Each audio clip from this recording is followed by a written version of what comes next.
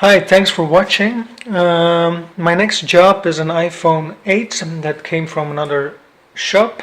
It happened after a technician did some pry damage.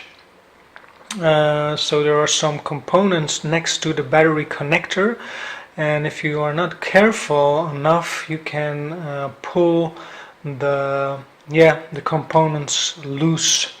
As you can see on the schematic, here, this is the battery connector page, and this I2C line, which is a direct connection with the battery connector, this is the battery connector. So this I2C line that you can follow here is connected with a Zener diode. This Zener diode is very important because everything else will not work on the charging circuit.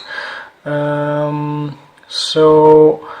this Zener diode got knocked off, and you also have another Zener diode which is also directly connected, and it's this one here. This is also directly connected with the Zener diode. So when you have a problem like this, that the battery is not charging, the phone is not charging anymore, then you might have a look at this, especially when this happened after a screen replacement. So let's take a look at that.